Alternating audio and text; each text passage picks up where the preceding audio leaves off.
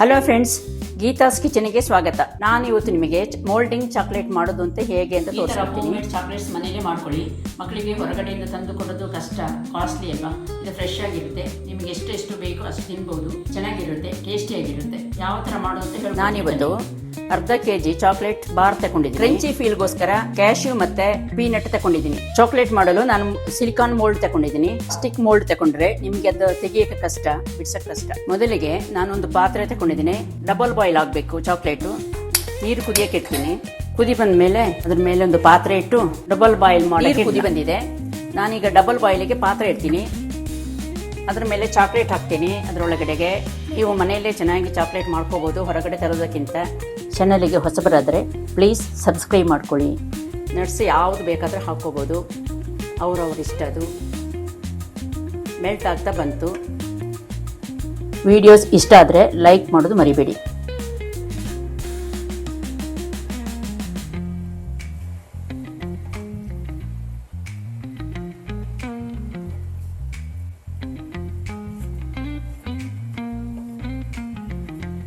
ಕೈ ಆಡಿಸ್ತಾ ಇರಿ, ಇದ್ರ ತಳ ಹಿಡಿಯುತ್ತೆ ಬೇಗ.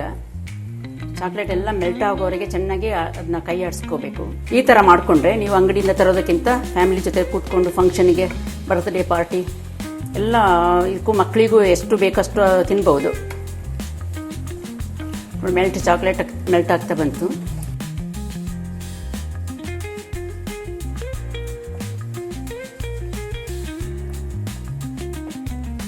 ಆಗ್ತಾ ಬಂತು. ಕೈ ಆಡ್ತೀವಿ ಚೆನ್ನಾಗಿ.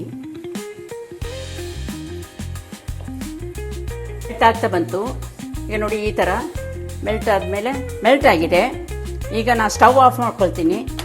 ಸ್ಟವ್ ಆಫ್ ಆದಮೇಲೆ ನಾನು ಮೋಲ್ಡಿಗೆ ಹಾಕ್ಕೊಳ್ತೀನಿ. ಒಂದು ಸ್ಪೂನ್ ತಗೊಂಡು ಒಂದು ಅರ್ಧ ಹಾಕ್ಕೊಳ್ಳಿ ಸಾಕು. ಯಾಕಂದರೆ ನಟ್ಸ್ ಹಾಕ್ಕೋಬೇಕಲ್ಲ, ಪ್ಲೇಸ್ ಇರೋದಿಲ್ಲ.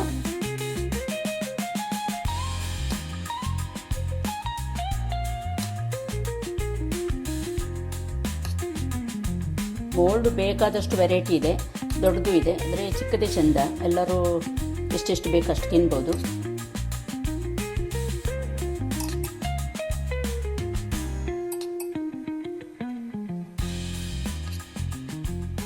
ಎಲ್ಲ ಮೋಲ್ಡಿಗೆ ಅರ್ಧ ಹಾಕ್ಕೊಂಡಿದ್ದೀನಿ. ಈಗ ನಾನು ನಟ್ಸ್ ಹಾಕ್ತೀನಿ.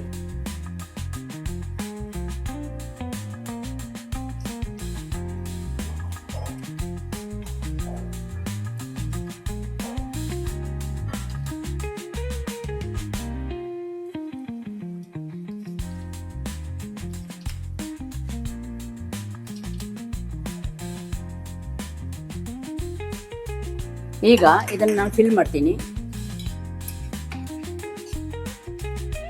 ಈ ನಟ್ಸ್ ಎಲ್ಲ ಕವರ್ ಆಗೋಷ್ಟು ಹಾಕ್ಕೊಳ್ಳಿ.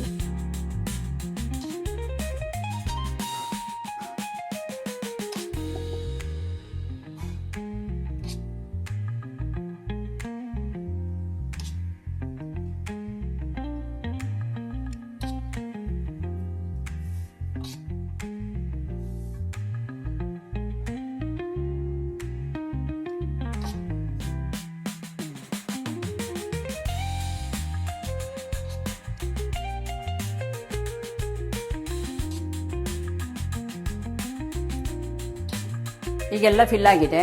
ಈಗ ಒಂದ್ಸಲ ಟ್ಯಾಪ್ ಮಾಡ್ಕೊಳ್ಳಿ, ಏರ್ ಬಬಲ್ಸ್ ಎಲ್ಲ ಹೋಗಲಿ ಅಂತ. ಎಲ್ಲ ಸೆಟ್ ಆಗುತ್ತೆ ಚೆನ್ನಾಗಿ. ಏರ್ ಬಬಲ್ಸ್ ಎಲ್ಲ ಹೋಗುತ್ತೆ. ಒಂದು 5 ನಿಮಿಷ ಫ್ರಿಜ್ಜಲ್ಲಿಟ್ಟರೆ ಬೇಗ ಸೆಟ್ ಆಗುತ್ತೆ. ಅಲ್ಲಿಂದ ತೆಗಿಬಹುದು. ಚಾಕ್ಲೇಟ್ ಮಾಡುವಾಗ ನೀವು ಚಾಕ್ಲೇಟ್ ಚಿಪ್ಸ್ ಅಥವಾ ಚಾಕ್ಲೇಟ್ ಬಾರ್ ಯಾವುದಾದ್ರೂ ಯೂಸ್ ಮಾಡ್ಕೊಳ್ಳಿ. ಈ ಥರ ಹೋಮ್ ಮೇಡ್ ಚಾಕ್ಲೇಟ್ಸ್ ಮನೇಲೆ ಮಾಡ್ಕೊಳ್ಳಿ. ಮಕ್ಕಳಿಗೆ ಹೊರಗಡೆಯಿಂದ ತಂದು ಕೊಡೋದು ಕಷ್ಟ, ಕಾಸ್ಟ್ಲಿ ಅಲ್ವಾ. ಇದು ಫ್ರೆಶ್ ಆಗಿರುತ್ತೆ. ನಿಮಗೆ ಎಷ್ಟು ಬೇಕು ಅಷ್ಟು ತಿನ್ಬೋದು. ಚೆನ್ನಾಗಿರುತ್ತೆ, ಟೇಸ್ಟಿಯಾಗಿರುತ್ತೆ.